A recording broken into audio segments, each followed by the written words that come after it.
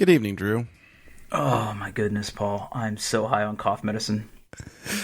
You're not feeling well? No. No, this started earlier in the week and I went to the urgent care and Wow. yeah, well, so I got to go out of town next week, which we'll talk about it a little bit. Okay. But I need to make sure I'm in tip-top form for that. And when I started feeling bad on Tuesday morning, I just took a little time in the afternoon yesterday. I was like, you know what? I'm just going to go to the urgent care. I'm going to get whatever medicine I need. We're gonna lick this thing, and we're going to be done. So I go, and long story short, they were basically like, man up, right? It's just a cold. Like it's not the flu. It's not a sinus infection. It's not allergies. It's just, rest and, some over-the-counter stuff to make me feel better. Now, my throat does hurt, and they wrote me a prescription for like some lidocaine mouthwash. And like, I was leaving the urgent care and I was looking at the prescription and I'm like, you know what? Just screw it. So I just went over to the Walgreens near the urgent care and just stocked up on NyQuil and a bunch of other cold medicine. So I apologize if I sound bad, but at least my voice is better today. My voice was like non-existent yesterday. Oh, you sound fine. Yeah. So I just have been taking a bunch of medicine and I'm trying to get this thing cleared out of my system before I have to go out of town. Now, outside of NyQuil, what is your go-to cold remedy? So I have I have two, actually. A lot of times when I get sick, usually it's due to my sinuses. I had really bad allergies as a kid, so there's certain times of the year where I get congestion and everything that's like allergies, but I'm actually pretty prone. I'm good for like one, maybe two rip-roaring sinus infections a year. And usually when that happens, there's a lot of like post-nasal drip stuff going on that makes my throat really irritated. Tasty. So a long time ago, my mom taught me that if you gargle with salt water, that's a really good way to get some relief for your throat. Yeah, I've heard that. So what I do is I just, I don't boil any water, but what I do is I just let the tap run as hot as it'll go. And that's usually pretty hot water, right? Like it gets pretty hot. And Yeah. so I let that heat up as hard as it can go, and then I sprinkle in, just some table salt, nothing fancy, none of that pink salt or Himalayan salt or anything. Nothing that's salt. Yeah. Nothing that's gonna like cut my throat whenever I'm trying to gargle with it, right? Because at that point, your throat's basically a garbage disposal at that point. So I just gargle with some table salt, 2-3 good rinses, spit it out. And then usually that's enough to alleviate some of the pain. And, for whatever reason, I just find that the sooner I do that, the faster I recover from that. Now, today I will say that my throat feels better, but I definitely have a lot more congestion going on. So it's that. And then I just basically chug NyQuil. And that's about the closest thing to time travel that I think we have. Because I'll take that stuff and then I'll just pass out and sleep it off. But It's been a pretty lazy couple of days here at the house. Yeah, if you're not feeling good, you don't feel like doing much. No, and it's hard, right? And it's doubly hard because like I've been at work when I haven't been like in top physical condition, but at least there's work to be done and you can do it. When you're working at home, there's a whole different story because your couch and your bed are like right there, and it's just like I just want to go lay down for 30 minutes just to feel better. So. Nah, but my boss is pretty cool about that kind of thing. I just sent him a note and I'm like, look, I just need the afternoon to just chill. And he gets it. Excellent. Yeah. So anyway, that's what I'm dealing with. What's going on with you? Well, oddly enough, I'm also not feeling the best, though. Mine's been a stomach thing. I've just been like laying around all day. No work today then? No work.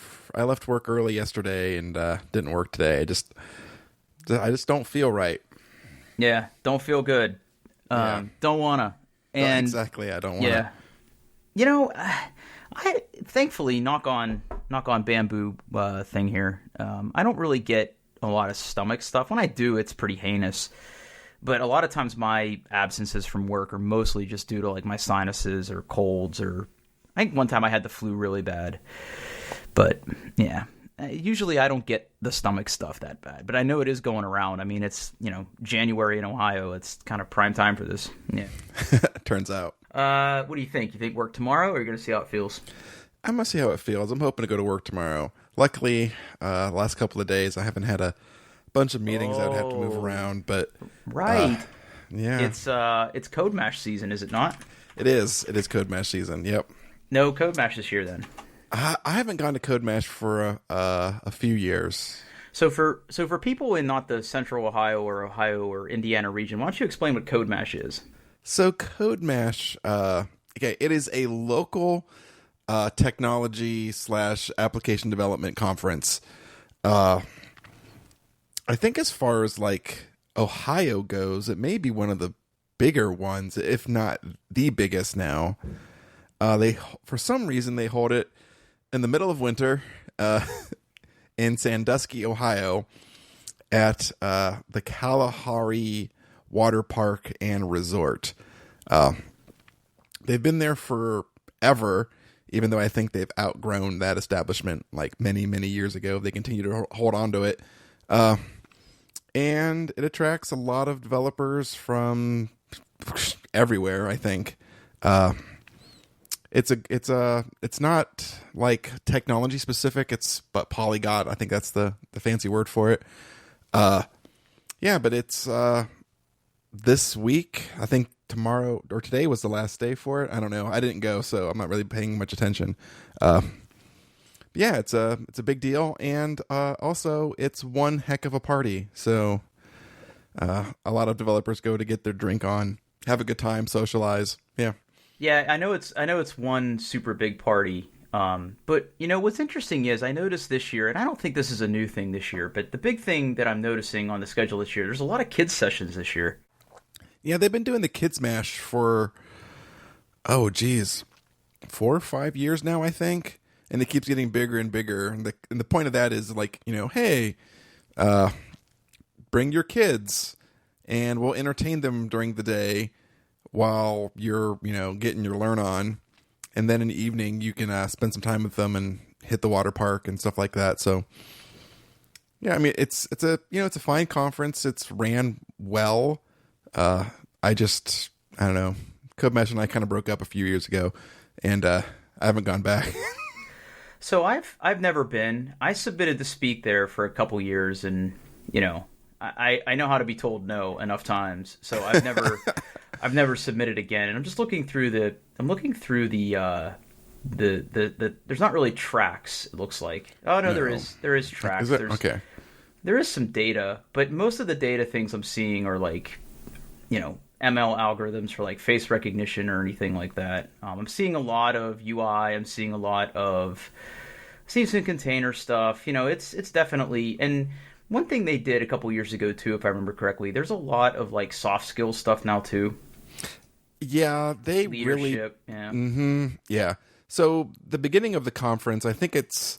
Yes, the conference proper is, I guess it's Thursday and Friday, and now that I'm looking at the schedule, maybe Wednesday, Thursday, Friday. But they start the conference with what they call the pre-compiler, and those are like all-day, big, meaty, deep dive sessions. I think they're optional. You don't have to go to those. But when I went, I always enjoyed the pre-compilers because it's nice to be able to get into like, it's nice to be able to get into something like really deep and really detailed.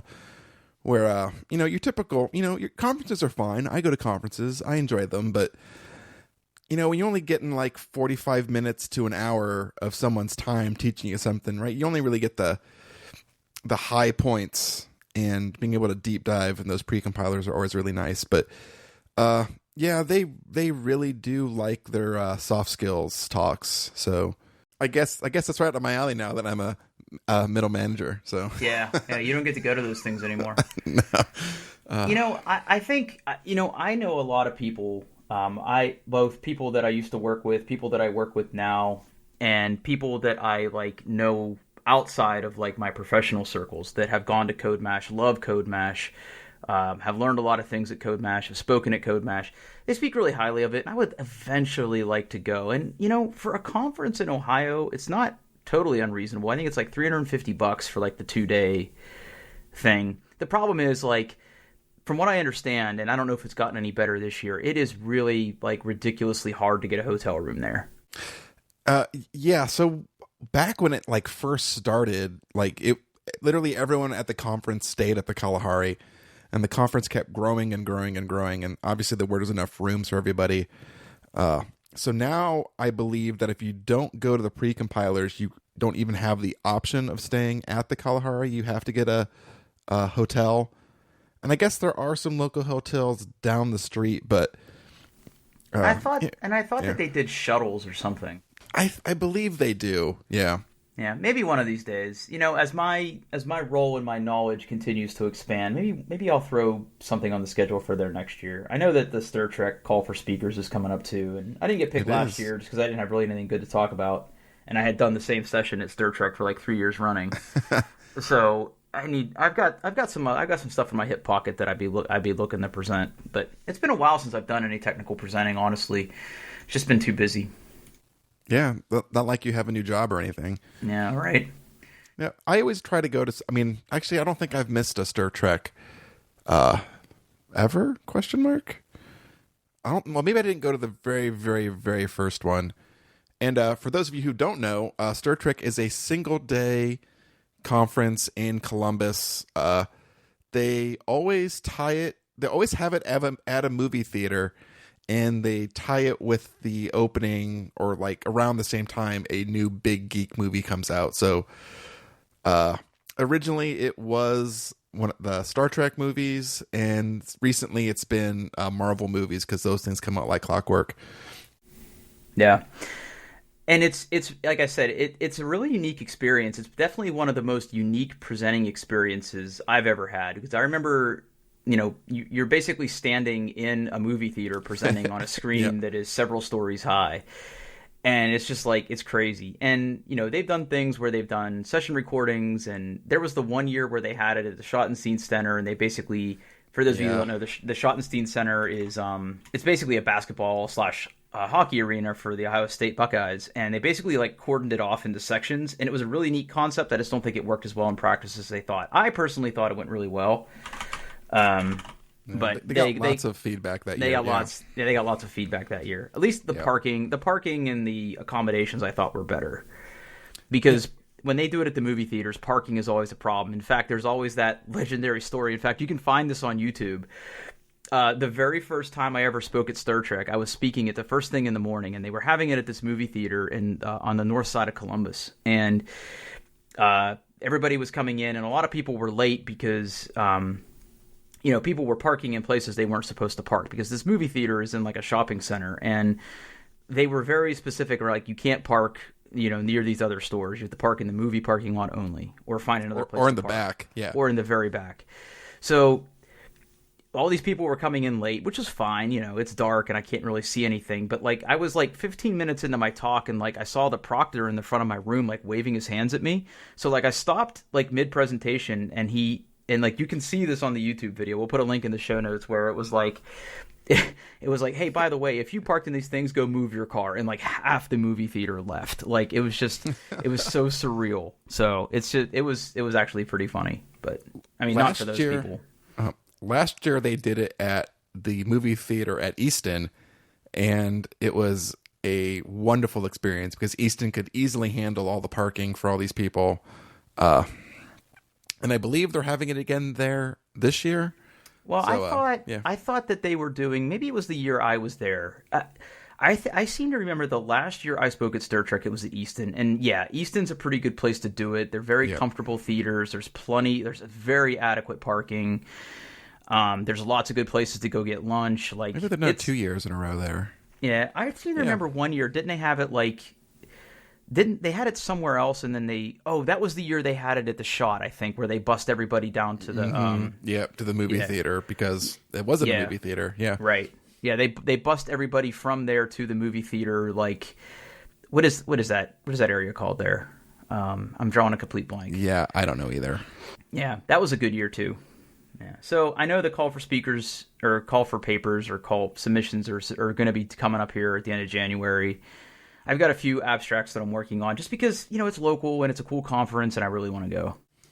Yeah, I really enjoy Star Trek, and I'm going to go again this year. I hope. Fingers crossed. Yeah. And I know a few of the organizers, and you know a few of the organizers, and they asked me to be part of the content team again this year, so I get to review some of the submissions and everything. So we'll see how that goes. Yeah, that's always a good time to get involved. Let's see, we got any follow up from last time or? Not from last time. I do have some related follow up. Okay. So I wanted to give everyone an update on the status of my battle jacket. Yes, please. So first things first. So there's so much information on the internet about battle jackets, and I've just been consumed.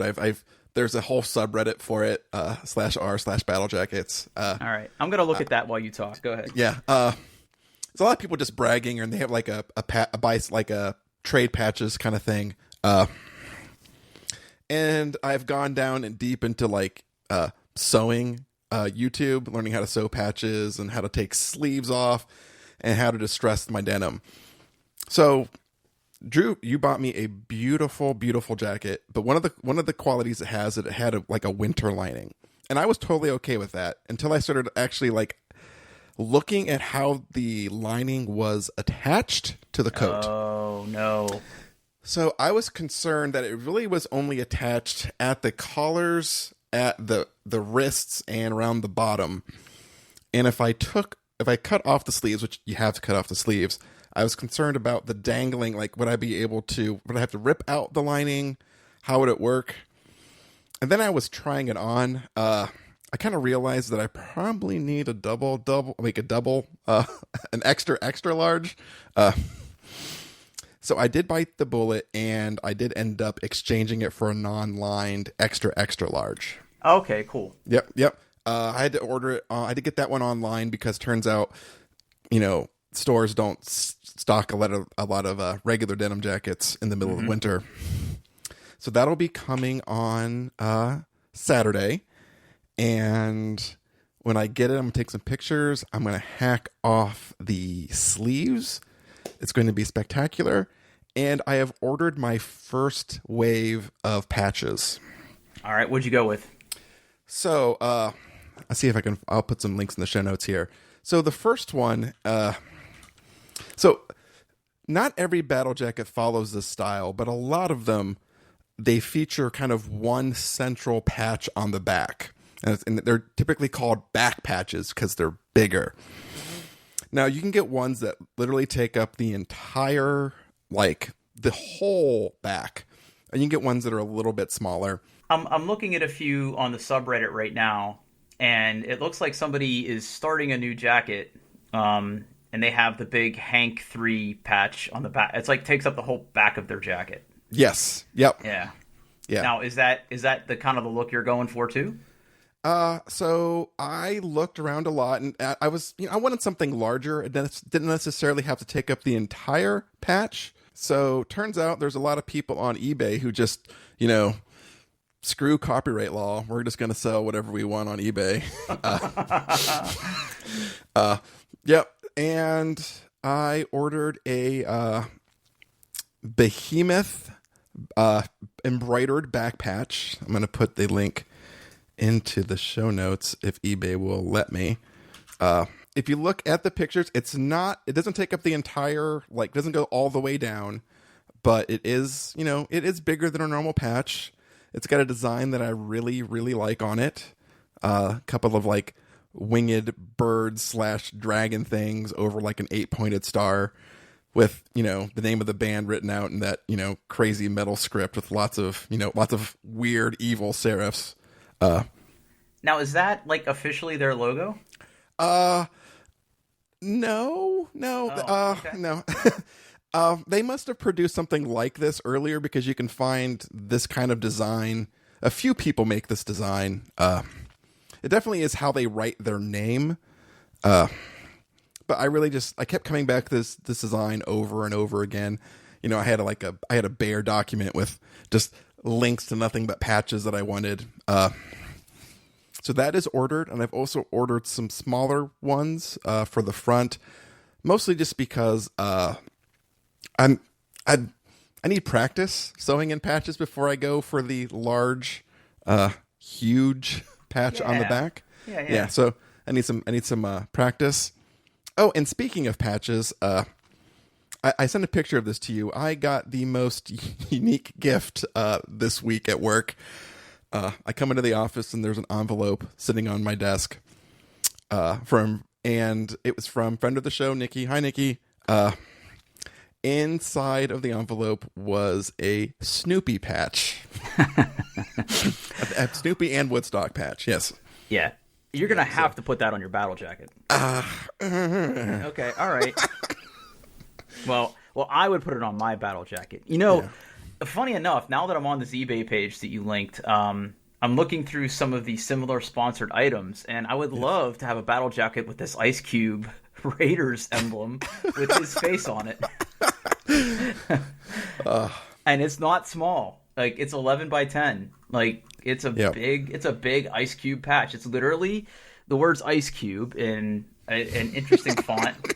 It's got the Raiders symbol and the Raiders swords, but where the Raiders helmet would be, or the pirate would be, there's just a picture of Ice Cube in a black hat and his beard.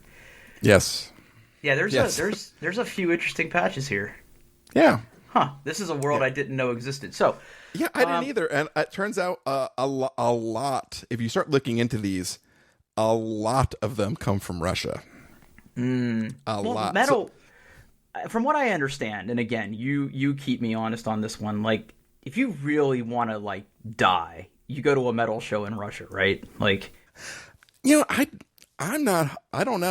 I'd have to look into that. Apparently, they sell lots and lots of patches. So I did order a couple from a Russian store off of eBay, but those won't be here until February.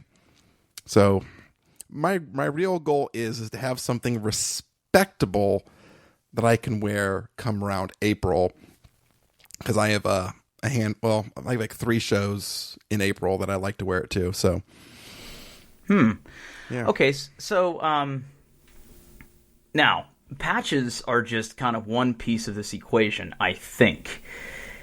I'm looking at some of these pictures on the subreddit, and have you given any thought to some spikes? I have. I found a website that specializes in them, in fact. Let's see if I can find it again here. Oh, well, of course there's a website for that. Yes. Studsandspikes.com. That's what it is. Oh, please don't send me someplace that I shouldn't. Nope. Spikesandstuds.com. Studsandspikes.com. Studsandspikes.com. Okay. There we go. You can get whatever size studs or spikes that you want and whatever size that you need. And they sell hardware. They sell, all the punches you need to do it as well. Hardware and tools. Yeah. Okay. All right, so it looks like you basically poke holes in your jacket, you stick the spike through, and then how are they secured? Just like a washer and some... I think so, yeah. Yeah. Deluxe studding kit. $83. Oh, but it comes with some hardware. Yes. Okay. Now, I do not know if I'm going to do it. I have looked at them quite a bit. I think that would be pretty hardcore, man. Mm-hmm. There's just so many options about how, how long they are, what the size is. Are they silver? Are they kind of more like a brushed metal or chrome? There's a lot of. Let me ask you a question. There's a lot of cool things on this subreddit. So here's the question I have for you. Okay. Are there some things that you shouldn't do to your battle jacket? Are there some definite faux pas? There are.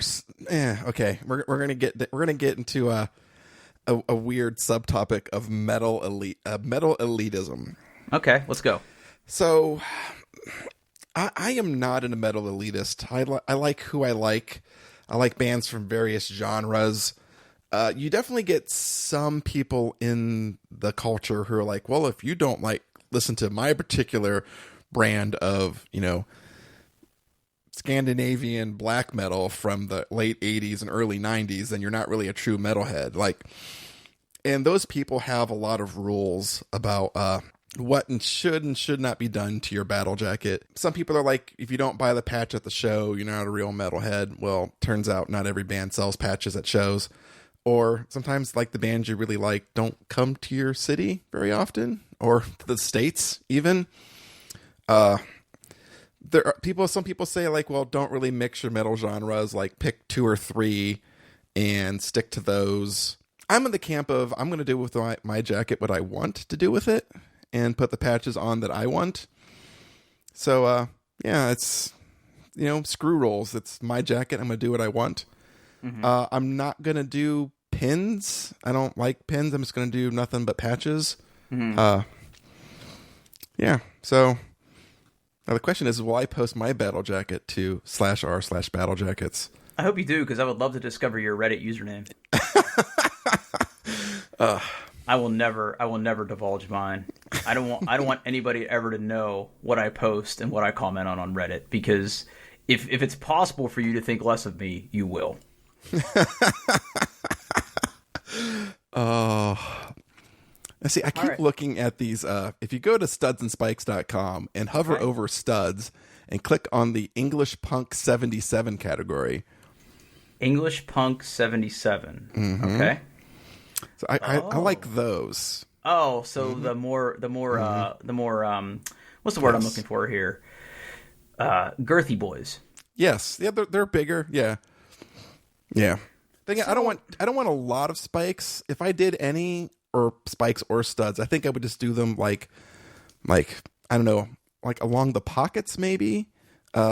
I think it would look cool if, like, when you cut the sleeves off, like kind of like around the top of the sleeve. You know what I mean? Yeah. Like okay. kind of like front to back. I think that would look pretty cool. But it's your jacket. Yeah. So so I'm looking at these, right? So how do they work? Like, you just poke them through the jacket and then you just kind of hammer the sides down to clamp them in place? Yeah, I believe so. Yes. That is my understanding. Is you I haven't done a whole lot of looking, but these ones in particular, I believe that, you do push a hole through, then it's got a couple little metal flanges that you hammer down to keep in. But I think there are ones that actually, like, have more like a grommet on the back that you have to hammer in. I don't know. I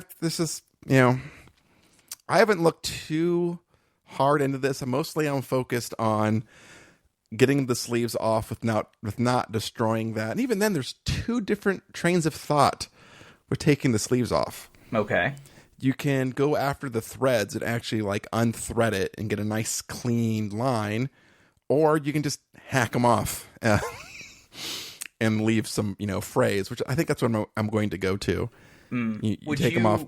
Would you, like, I just assumed that you would, like, get one of those fabric cutters or, like, really, like, heavy duty scissors and cut the sleeves off, and then to make sure they don't fray or get damaged, you would then kind of, like, for lack of a better term, kind of hem them a little bit and, like, stitch them up so they don't.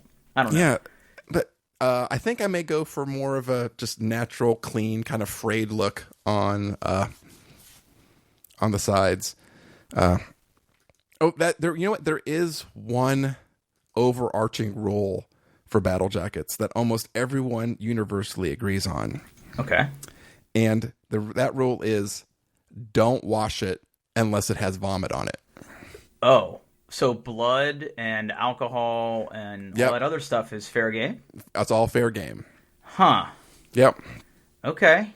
Well, that seems pretty gross. But, there's also people that say you should never watch denim at all. That's true. Unless, it's time. Yeah. I don't know. I don't know how I feel about that. I wash my jeans pretty regularly. I also wash my jeans. Turns out I sweat. Humans are gross. Yeah, no doubt. Humans are pretty gross. Huh. So, yeah, well, I feel like... Now, you mentioned you're going to be distressing the denim. What is your plan for that? I'm thinking about it. I haven't decided yet. And really, for the easiest way to do that is you just get some sandpaper and you just, like, go at it in spots. So you can kind of, like, attack the spots that would look worn. Make it look like it's older than it is. I haven't decided whether I'm going to actually do that or not. I may just let that kind of naturally, organically happen. But but I do have a bunch of bookmarks on advice how to do it. And you can go nuts. You can put like, holes and rips in it. And I'm not sure I'm going to go that far. I'm not sure I'm going to do it at all. I do know the sleeves are coming off. I know that for sure. I know it's a whole world of potential, and I'm just taking my first little baby steps into it. But hopefully this weekend the jacket will come and it'll be sleeveless. So watch Twitter for that. Well, that'll be interesting. I'm excited for that. Me too. So is that going to be like your weekend project if it gets here in time, or? Yeah, I think it's supposed to be here tomorrow or Saturday, according to FedEx. Okay. So package from FedEx is on the way. They're still saying Saturday, but I'm looking about where it is, and I think it might be tomorrow. But yeah, FedEx is pretty bad about that. Like they're one of those things where it just like jumps ahead in time, like the final day. Like I've had stuff where like in the post office is like this too, where it's like it'll be delivered Thursday, and then like later that afternoon, hey, it's here. It's like, okay. That happened with my standing desk when I had that delivered, because that came FedEx freight, and it showed up like a day early. Oh, no, see, I just realized that the Studs and Spikes also sells wristbands. I'm sorry? They sell wristbands. Okay. Studs and Spikes. There's wristbands. Yeah. So you can have that metal spiky wristband. That is so you. Mm-hmm. I feel like you would wear that every day. I might. Man, what a power move if you wear that to one of your one-on-ones. Yeah, I don't think I would like anything too spiky, but this is okay. Ooh, there's some Yeah. There's some cool belts on there. Look at those bullet belts. Aren't those cute? Oh yeah, look at those. Yeah. Oh. Yeah, I would not wear that to work. No, I don't. I would not wear a bullet belt. I've seen people wearing the bullet belts, and now I know where they get them. That's not my look. But those. Listen, I am like the exact opposite consumer of what this website is designed to be. But some of these belts actually look pretty cool. That 3-row checkered pyramid one is pretty cool. Oh yeah, yep. I might have to up my game. Well, I mean, you're in the thick of it now, and I feel like you go to enough shows to justify this. Yeah, I could get a nice studded belt. Yeah, speaking of, are you going in any shows in the near future? The next set of shows I'm going to are in April. The first one is not really a metal show. It is at the Alrosa Villa. Let me see if I can find the date here. April 4th. It is the Master of Tribute show. I've gone to a few of these at the Alrosa, and they are all spectacular. And what they do is they find local cover bands, and they bring them together for a night. And it's fun. It's the bands are just happy to be on stage playing for a crowd. Everyone gets a few drinks in them. This one has Freak on a Leash, a Korn tribute band. Sanitarium, a Metallica tribute band. They're the band that actually organizes the whole thing, and they're actually, I'm not a big Metallica fan, but as far as cover bands go, they are spot on. Stupefy, a Disturbed tribute. Fleshwiger, a Rammstein tribute. I'm sure I butchered that pronunciation. And Lethal Dose, a Mudvayne tribute. Huh. Yeah, so that's the next show I'm going to be at. And then after that, I'm seeing one night I'm seeing Deaf Haven in at Scully's Yeah, Scully's, and then the next day I'm driving to Pittsburgh to see Mayhem. So that's later in April. Well, that'll be fun. Yeah, so if you like hard rock and a good time, I highly recommend that Master of Tribute show at the Alrosa Villa. It's Saturday, April 4th. It's like $12 or $14 at the door, I think. Alrosa's pretty a decent size place to play too, isn't it?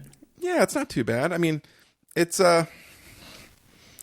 not huge, right? So it's like bigger than like a downtown club. So it's bigger than like Ace of Cups or Sully's, but it's not quite like Express Live sized or even Newport size. So it's a great place for. They have a lot of metal shows. They do lots of weird kind of like underground rap stuff as well. It's a good venue for metal bands because they can get enough people in there to justify coming, but it's not going to be empty. Yeah. So that means that you have basically a hard deadline of April to get your battle jacket ready for. Yeah, at least get a handful of patches on there and have it ready to go. So, yeah. Saturday, January 11th, the Mary Jane Fest, MARIJAYN. Mm-hmm. I see what they did there. Yeah, huh? Yeah. A baker's dozen. And they can't all be winners. Yeah, Buckeye Throwdown Fest. That's Saturday, January 18th. Man, some of these band names are pretty good. So wait, yeah, Master of Tributes. There's yours. Saturday, April 4th. Okay. Yep. Well, I'll be here before you know it. Oh, yeah. Man, that's going to be pretty good. I like some of those bands. I mean, I liked Disturbed. I liked, when Rammstein was popular when I was like in high school or something. Like, I can't say I'd go see them. Yeah, and just, in my experience, I've been to 2 or 3 of these Master of Tribute shows at the Alrosa. And their bands they're so high energy. They're just happy to be there. And yeah, sometimes they're not perfect. Like, we saw a Tool cover band. I can't remember what the name was. And they were good, but you also could tell that they were like really seconds away from just complete disaster at any moment. Like just one mistake and the whole thing would just unfold. Yeah. But they held it together just barely. And, it's fun because they hang out after the show and you can go up and talk to them. And it's a high energy show. Yeah, it's a good time. Huh. Yeah, I went to high school with a guy who was a very, very big Metallica fan. Like, I just remember his, like, spare room was full of, like, anything Metallica ever did. Like, he had a recording of. Like, he was really big into the bootleg scene. He had concert videos, both official and unofficial. Like, he just had everything. He had, like, Metallica tattoos. Like, he was just the biggest fan. But he also liked stuff like Korn and some of these other bands too. So if I still talk to him, there's better an even money chance he may actually be at this show, honestly. Yeah. If he still goes to shows, I don't know. Yeah, this is going to have a lot of like 90s new metal going on, which, I'm not too proud to admit that I was big into new metal in the 90s. So, Mudvayne, Disturbed, and Korn are like right up younger Paul's alley. So, well, that'll be good. I'm excited. So yeah, make sure you share some pictures of the jacket because I'm really interested to see, and I'm glad that you are getting all the things that you need. Yeah, I'm really curious about the whole spikes thing. And I'm all in on this. I'm all in on this. Let me know if there's anything you need. I will gladly send you some treats. No, I think I got it. It's also like my wife is, pretty mercilessly making fun of me for all of this, calling this my midlife crisis. No, if I order some wristbands or belts, the torment may increase. Well, here's the thing. I think you need to tell her that, by insulting you, she's really insulting me because I'm the one enabling you. So you just tell her that, and that'll hopefully put her in her place, but it won't. Cool. Well, the only other thing changing gears significantly from something that is incredibly manly and fun. I have discovered what I think might be my new fetish. Okay. And that is getting my head shaved professionally. Professionally? And by professionally, I mean like actually going to a barber, not like a Supercuts or like even a salon, like actually going to a barber and getting like the full treatment of getting your head shaved. So for those of you that are blessed with good genes and still have hair, when I made the decision to start shaving my head, obviously one of the few benefits of shaving your head is you don't necessarily have to pay for haircuts anymore. Because the idea is that as long as you stay on top of it, it saves you a little bit of money because you just take a razor and you go to town on your head. And, I've got my little hair Zamboni razor that makes it pretty easy to, do this in the shower. I'm to the point now where I could do it without a mirror. And I just kind of feel it out. You just kind of run your hand over your head. And if you feel hair, you just hit it again. And it's pretty easy to do, right? But that said, there are definitely parts of getting your hair cut that I'm either not comfortable doing myself or I need someone else to do because I don't have the tools. So, like, point in case is like my eyebrows, because I don't want my eyebrows to get too bushy, and I'm too scared to trim my own eyebrows. And I know, like, I've watched videos about how to do it, but that, like, you talk about working without a net, like, you're not. Make you're one not mistake, and you don't have eyebrows. Yeah, so I leave that to the professionals. So, interestingly enough, if you want to get your head shaved, you cannot go to a beautician. You actually have to go to a registered barber. So, like, for instance, like, when you go to a place to get your hair cut, everybody, at least in the state of Ohio, and I think it's this way everywhere, like, you actually have to get a cosmetology license. Like, you go to school, you take a test, you pay for a license that basically says, I'm a person who is not going to willfully mess up your hair. And I'm going to adhere by, like, hygiene standards and, like, a code of conduct and everything. And, like, there's a lot that goes into it. I'm not going to pretend that I know what that means. But what I didn't fully realize until recently is that if you have a cosmetology license, you are not allowed to use, like, straight razors on customers. You have to be a barber. And apparently that is a different type of, like, license. So kind of the first thing is, if you're out there and you're thinking about getting your head shaved and you want someone to do it that first time, you have to find a barber. And what's cool about that is that usually that means you are finding one of two places. There are a lot of, like, pop-up, quote-unquote, high-end men's grooming salons out there these days, right? And those are basically targeted at people with really nice full beards. Like, you go in there and you see people with their big hipster beards, and you see a lot of, like, beard grooming products, and somebody in there that can professionally trim your beard up, shape it, style it, wash it, cleanse it, dye it, whatever. But those are also the places that offer some of the more, like, in-depth men's hair care stuff. So, like, if you go to that, or if you find, like, an old-timey barber, like a guy that's been cutting hair for, like, 60 years, right? And he's got a barber shop in the same place, and you go there and you get, like, kind of that old traditional barber experience. And either one of them are totally fine. Like, I'm not going to, like, say there's merits of one over the other. But the basic premise is, when you get this done, it is such a cool experience because, like, if you're like me, like, you'll not shave your head a couple days before you schedule one of these things. So, like, for me, I usually get this done every couple of months. So, like, every 2-3 months tops, I will schedule an appointment at a barbershop or go to a walk-in, depending on where I'm at.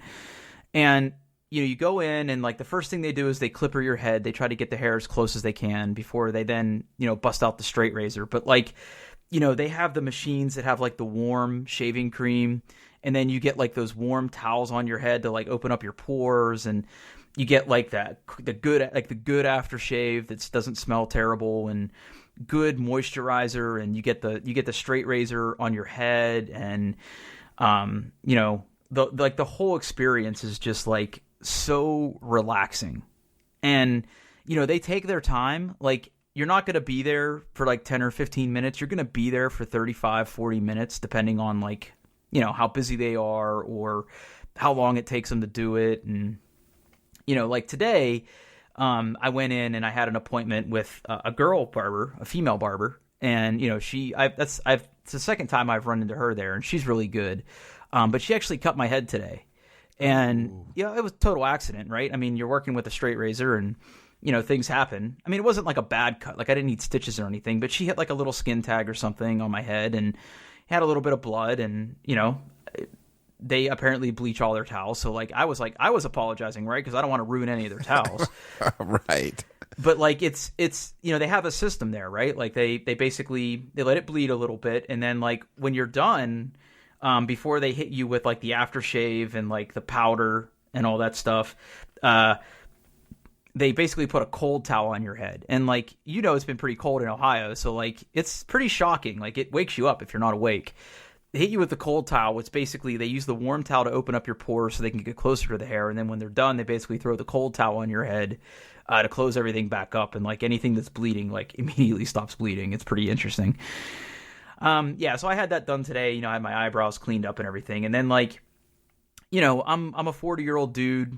I have hair in places that I didn't have when I was in my 20s. So like at home, I've got a pretty good, you know, trimming kit where like I hit like the nose hair and the ears and the ear hair and all that stuff. So, you know, obviously I try to make sure that I'm in the most presentable position I could be before I got on the road and do presentations and stuff. But anyway, Right. if you ever thought about getting your head shaved, or you're in the process of maybe doing it, I cannot recommend that enough. Like actually find like a good barber to do it where they'll like get heat with the straight razor and everything. And it's so freaking good.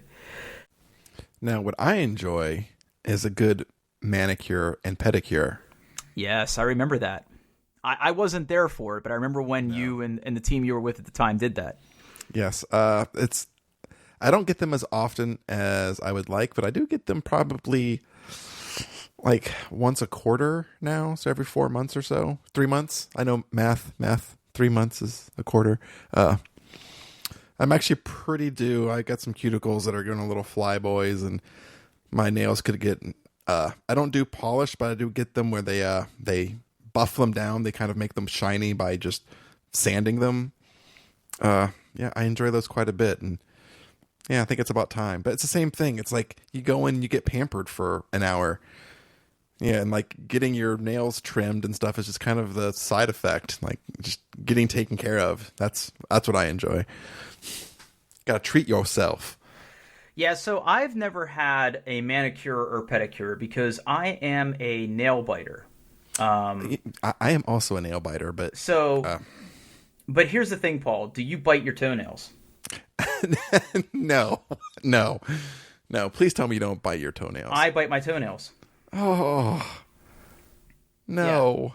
Yeah, it has been a thing that I've done since I was a little kid. Oh no. Yes, that means I could put my whole foot in my mouth. Oh no. So there you go.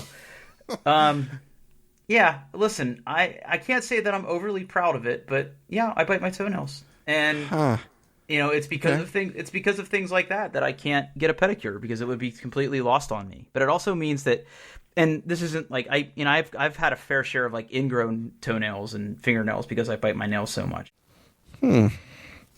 Yeah, there you go. And you learned something interesting about me today. I did learn something.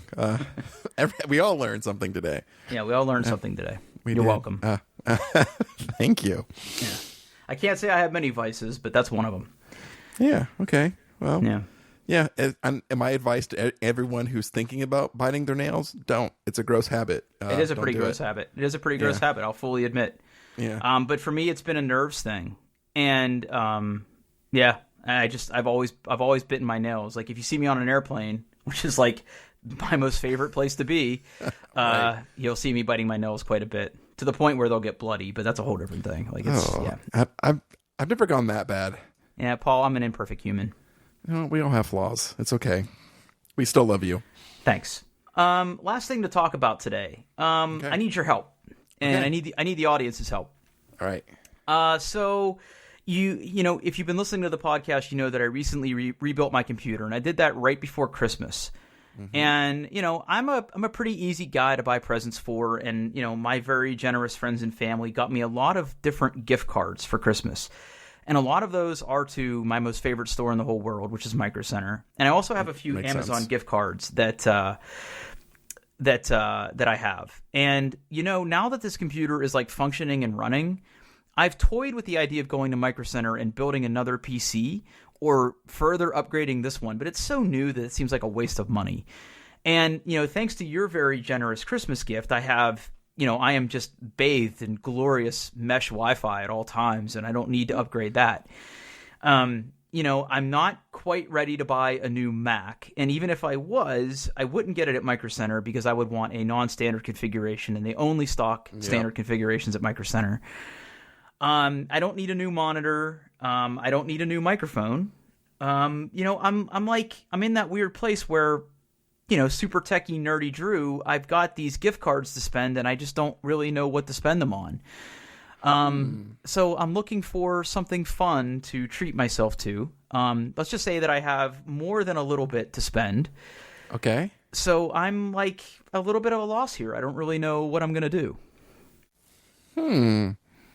I mean, I guess I could buy like a console, but I don't play console games anymore. Right. You know, there aren't any like video game. And again, it's not like I can go there. I could go there and buy like Steam gift cards, but that seems like really lame to use a gift card to buy another gift card. And some places are really like, they don't want you doing that. Yeah. They don't want you buying a gift card with a gift card. Yeah. That's a good point. Yeah, what would you, I mean, I guess there's VR stuff, televisions. So I've already got a VR headset, and I rarely use it as is. Now it's an older first generation Oculus Rift. I know that the new ones are out and they're pretty cool, but like But here's the thing: like, there is no room in my house that is big enough for VR. Yeah. Like, my basement is close, but it's like a weird shape that it doesn't really work. So I thought about that too. I also thought about a drone, but okay. I don't know. Yeah. I don't know. I thought maybe I thought maybe about like a new camera lens, but then again, I don't use my camera all that much. Yeah, drones are something I keep coming back to. I have the father of my daughter's best friend has a drone, and every time he sees me, he's like, "You buy a drone yet?" But I'm afraid a drone would be something that I'd be really excited about, like the first weekend that I got it. Yeah. Then never fly it again. I'm in the same boat. I think drones are super cool, and I've flown drones and I've had a good time. But like like a few of my other things, like my camera is a really good example of a piece of technology that I'm really glad I have, and I don't regret the purchase. But the thing is, like, I'm not a professional photographer. I have my camera for like travel or like taking pictures at functions that I want to get a good picture of. Like, but I don't go out of my way to use my camera every day or every weekend. And I feel like the drone would sort of similarly fall into that category, but I would be curious, like, what situations I would like bust my drone out for. Yeah, that's exactly my fear. Is like, I'd be really excited and I'd fly it a bunch the first couple of days, and then it would just sit there and do nothing. Right. And like, I'm not going to take it out in this weather and fly it because it's cold. It's cold. And you know me, I'm a pretty avid indoorsman, so I'm not going to go out of my way to go outside all that much. Although, I'm sure they'll give me excuses to, like, maybe go down to Hocking Hills and fly it around if you're even allowed. I mean, I know there's all these rules about drones now. Yeah. And that's the other thing. Like, I don't want litigation. I don't want to spend my gift cards on something that's going to be future litigation, right? Like, I don't want. I'd rather save my money for the lawyers. Now, do you need like a new Apple Watch? No, because I'll be honest. The fact that like I just roll out of bed and go to work now, it usually means I don't put my watch on, which is sad because I love my watch. I just don't wear it as much as I used to. Okay. I thought about a pair of AirPods Pro. Ooh, nice. Yeah, I feel like if I'm going to buy anything, it's going to be that. But do you have a pair of noise canceling headphones? No. Yeah, see, with the amount of time you spend on planes, that may be a good investment for you. Mm-hmm. I've heard that the new AirPods Pro are really nice. Yeah, I know a few people that own them, and they're all super, super happy with them. Yeah, I just worry about how those little nubs feel in my ears, because I used to have a pair of Beats headphones that were like really super in ear, right? Like the nubs were like down in your ear canal, and those got to be uncomfortable pretty quickly. So I'm curious about how they will feel, but I feel like that's what I'm leaning towards purchasing. And like, here's the other thing, right? I am thinking about building another computer. And so there's two reasons for this. Number one, I have mentioned before that I kind of want to start to get into streaming. And the other day I did an experiment where I spun up a VM in my home lab to see if that could handle basically being the thing that streams out to the internet. Because like what I don't want is I don't want my PC that I'm playing my game on to also be the computer that is encoding the stream that goes out to the web, right? So typically what people do is they offload that to a second PC of some kind. And I tried to do that in a VM, and it didn't really work out super great. So because part of the problem is like there are graphics cards that can offload some of that processing. So I thought about like just building like a streaming PC. And here's the thing.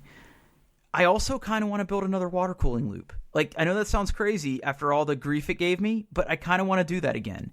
And because I still have some components that I didn't end up using, I feel like that would give me an excuse to use those things. I'm saving money by buying things is basically what I'm saying. Yeah. I'm pretty sure that's a logical fallacy. Yeah. A logical fallacy. Yeah.